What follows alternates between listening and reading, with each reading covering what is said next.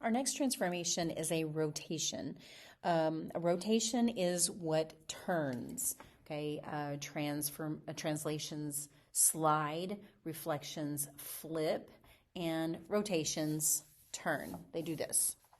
Okay, just like the translations and reflections, rotations are also rigid. They don't change. You can turn your paper on your desk and it's not going to change in size. The sides stay the same length, the angles stay the same measure, and the area, I didn't finish that word, the area stays the same. Nothing about the shape changes.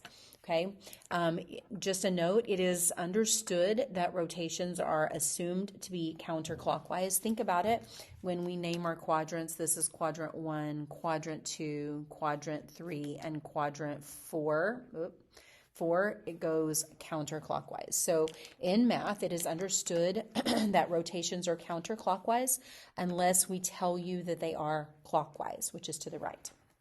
Okay, counterclockwise means against the hands of the clock.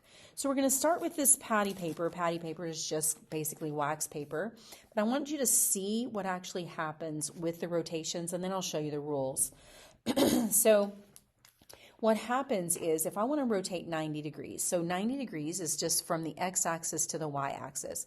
So if you start by tracing your original figure and then your axis, what point are you going to rotate around? You need to be able to keep up with how far have I rotated. So if I take this and I rotate, right? I take it and I rotate this point up to this point. So I'm going to rotate this axis, my x-axis, up until it lines up with my y-axis. You can see what happened. Get it to focus. You can see what happened to the triangle. You can see it has been rotated around this fixed point because that's what I did right there. I just rotated it. We line back up our axes so that we can see where 90 degrees is. So a 90-degree rotation, my new image will be at 2, 4. It will be at negative 4, 7. And F prime will be at 4, 8. Notice that if D and F were in quadrant 4, now they're in quadrant 1. E went from quadrant 1 to quadrant 2. So everything's going to jump a quadrant every 90 degrees. So if I take it back to its original and now I rotate 180 degrees. Okay, so we lock it down in place. We rotate 90 degrees. There's 90, and then we go another 90 degrees. That's 180 degrees. So now notice E went from 1 to 3. D and F went from quadrant 4 to quadrant 1 to quadrant 2. So every 90 degrees, we're jumping a quadrant. And notice that now D is at negative 4, 2. So now my numbers are back the same order they were in, but now I have different signs. E is at negative 7, negative 4, and F is at negative 8, positive 4. Okay, so I'm kind of showing you this because I want you to see the pattern that's going to develop, that you can either memorize the rules or follow the pattern. Okay, so we've been 180 degrees. Now let's go 90 more to go a 270 degree total. Okay, there's another 90 degrees. We'll put that back in place. You can see where it is now. E has gone 90, 180, 270. D, E, and E have gone 90, 180, 270. So they've each jumped 3 quadrants to that third one around. We are now at D prime is now at negative 2, negative 4. E is at 4, negative 7, and F is at negative 4, negative 8. Okay, so if we look at this pattern, like this was just physically, I just literally rotated it. So you can always do that. Just use a piece of paper that you can see through and just literally rotate it around the point. You just have to have this axis to keep up with how far you rotated. Now, our rules for our rotations. So imagine that you're starting in quadrant 1, right? When you rotate 90 degrees, you're going to rotate here. Now, what's going to happen is your Y value is going to become the opposite, and it's going to go first. So 90 degrees has this rule. Your X and your Y are going to switch, and your Y is going to become opposite. Now, notice, this is quadrant 1 where it started. This is quadrant 2. That's where the signs come from. The signs come from the quadrant that you rotate into. Okay, now if you rotate 180 degrees, look what happened here. Everything's in the same order, but everything is the opposite of what it was before. Okay, so everything is in the same order, but it's the opposite sign of what it had before. Okay, so first my x and my y switch places, and my first number, my y value, changed to become the opposite of what it was.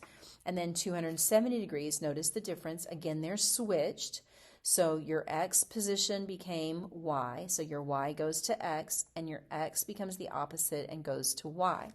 Okay, so your y value comes here, and your x changes and goes there. So they switch places.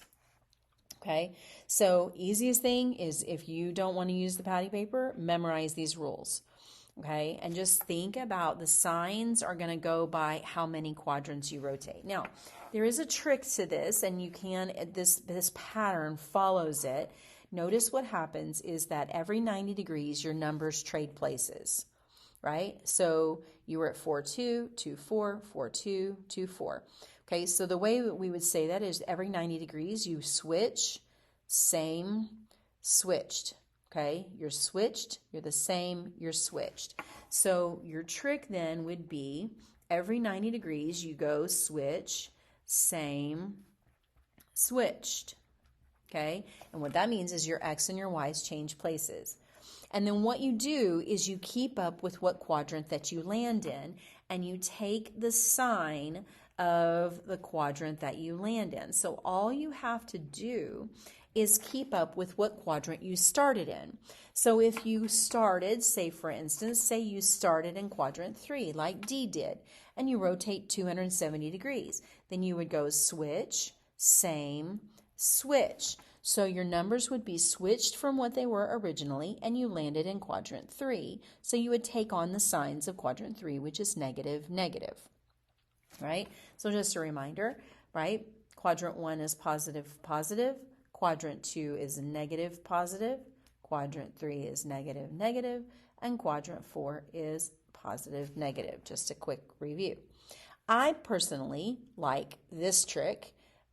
It follows the same, right? Switched, they're the same, they're switched, and they take on the sign of the quadrant. If we assume we started in quadrant 1 for our rules always start with quadrant 1, but that's not where we always start. And remember, the y always it becomes the opposite. So if you memorize the rules, the negative means it becomes the opposite of what it was before. Okay, so if we go over here and we take a look, if we have endpoints at -2, 4, and G's at 3, 1, what are the new endpoints if you rotate FG 90 degrees?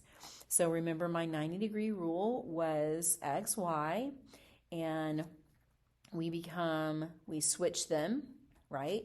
And now we're in quadrant 1 because we're assuming that's our rule. So our rule starts in quadrant 1, so we would be in quadrant 2. So here's my rule. So your F, then your X becomes your Y, the opposite of your Y. So my Y was 4, and so now it's going to be opposite of 4, and then your X goes into your Y, and it stays the same as it was before. So you're going to switch them, and you're going to take on the signs of the quadrant that you landed in. So whatever it was, it started, so G started in quadrant 1 and will move to quadrant 2. So you just follow that rule, right? So your Y goes into the first spot and becomes the opposite, and your X goes into your second spot and stays the same. Okay? So if we rotate 180 degrees, the rule for 180 degrees is everything stays the same order but changes signs. Okay? Everything stays the same order but changes signs. So it stays in the same order as what it was. It was -2, 4, but it changes signs. So X becomes negative, the opposite of X, and Y becomes the opposite of Y. For G, X becomes the opposite of X, and Y becomes the opposite of Y.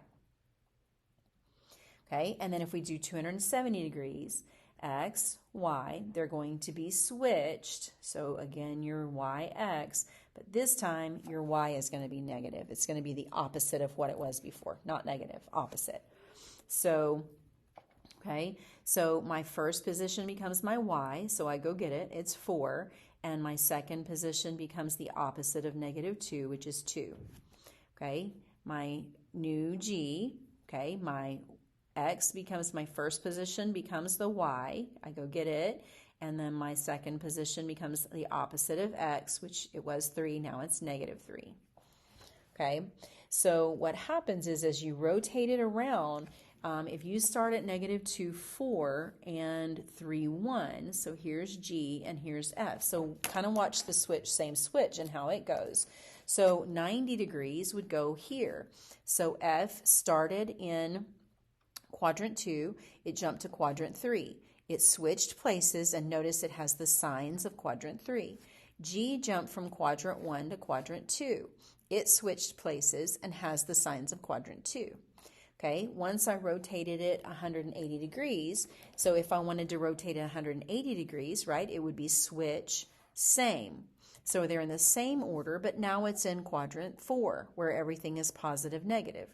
G went switch, same. Now it's in quadrant 3, and so it's in the same order, but it takes on the signs of quadrant 3.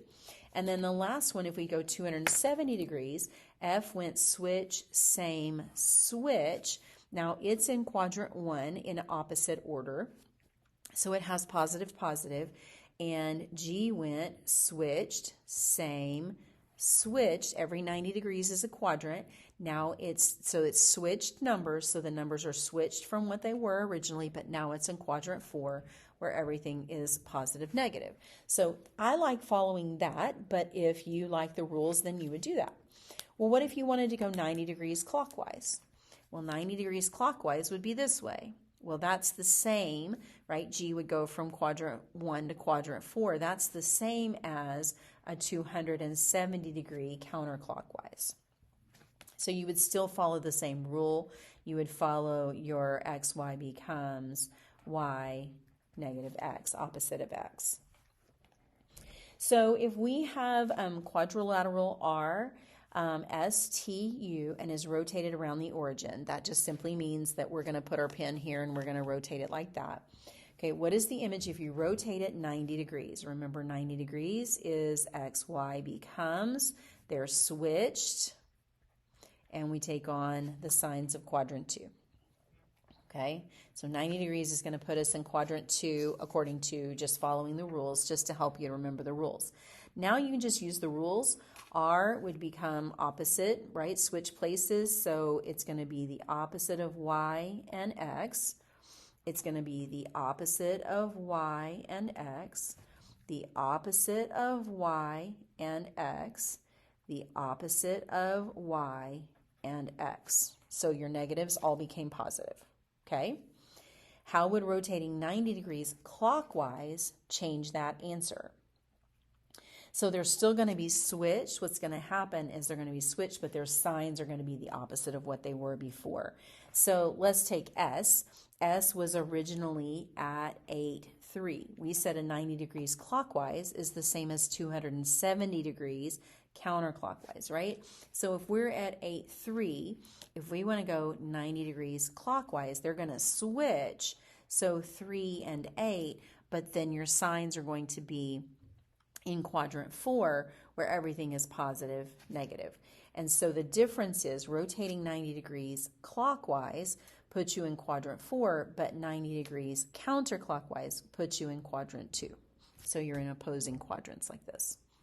Okay, so what would you, if you transformed the preimage by the rule xy becomes negative x, negative y, notice what happened. Your x and your y changed. Signs, right? They stay in the same order.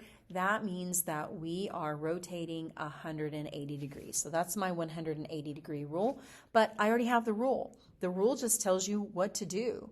So if it says to make your x opposite and make your y opposite. So it was at 3, 3. Now it's going to be at negative 3, negative 3. It was at S, the pre-image was at 8, 3. So we leave them in the same order, but we make it becomes the opposite of x, the opposite of y. T becomes the opposite of x, the opposite of y, and u becomes the opposite of x and the opposite of y. And there's your new points. So using the rules is great, but you have to remember the rules. Now let me show you with 270 how to keep up with it if you want to just use the little trick. So what I would do is just kind of draw me a little grid right there. I know that R is in quadrant 1. I know that S is in quadrant 1. I know that T is in positive, negative. T is in quadrant 2 or 4, and U is in quadrant 4. So that's the good thing, is that their signs are going to be the same, and they're all going to follow the same rule, because if I'm rotating 270 degrees, that's switch, same, switched, right? 90 degrees is switched. At 180, they're the same as the same order, and at 270 degrees, they're in a switched order. So they're all going to be switched. So let's look at R and S. So R and S are going to go switched, same, switched. So they're going to be in the switched order of what they were. So R is 3, 3, so same order. That one is different. So switch, they're actually switched, right? So they're switched, but they're going to take on the signs of quadrant 4. So positive, negative. Okay, that's R. That should be 3, negative 3, sorry.